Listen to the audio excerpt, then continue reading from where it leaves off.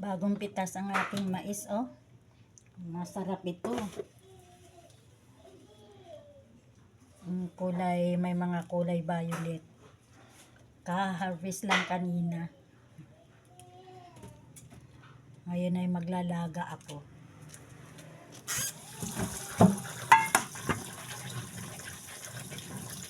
Hugasan ko bago ilaga kasi yung pinaglagaan ko nito ay pwedeng inumin.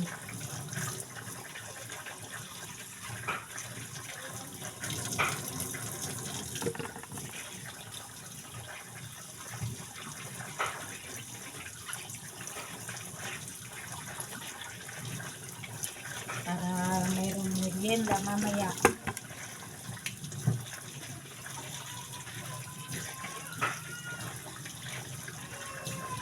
Matamis ang sabaw nito kung pinaglagaan ng mais, lalo na't bagong pitas. Kaya inuhugasan kong maigi bago ilaga. Kasi pwedeng inumin ko yung sabaw nito, pinaglagaan.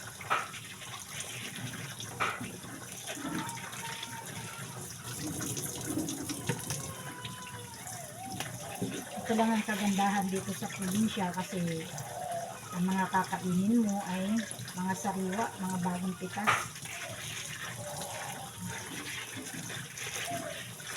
Masarap kainin pang bagong pitas.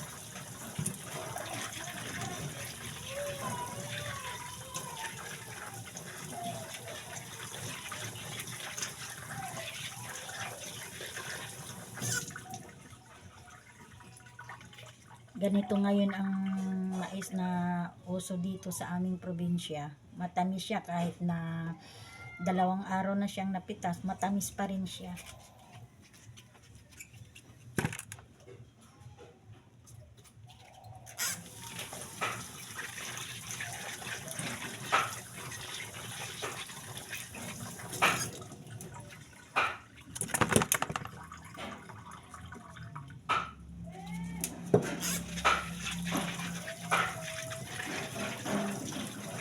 Dito sa amin, kaganitong medyo mura pa. Pwedeng gulayin yan.